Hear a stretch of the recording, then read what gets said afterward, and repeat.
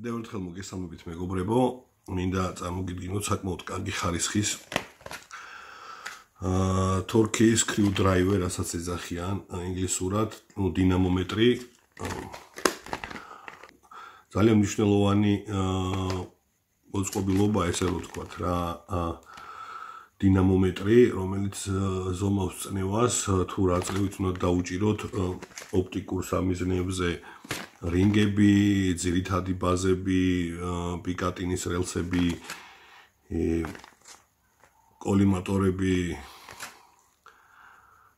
ძალიან მნიშვნელოვანია იმ კუთხით, რომ შესაძლებელია და დიდი ალბათობა არსებობს, რაც მე ერთხელ გამომიცდია, რომ ზედმეტი გადაჭერის გამო ოპტიკურ სამიზნეს დაუზიანე პარალაქსის ბარაბანი.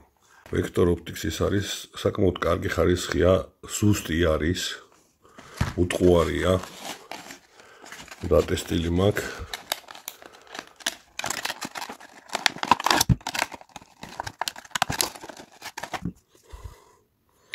ეხლა მიყენია მე 18 LBS-ზე.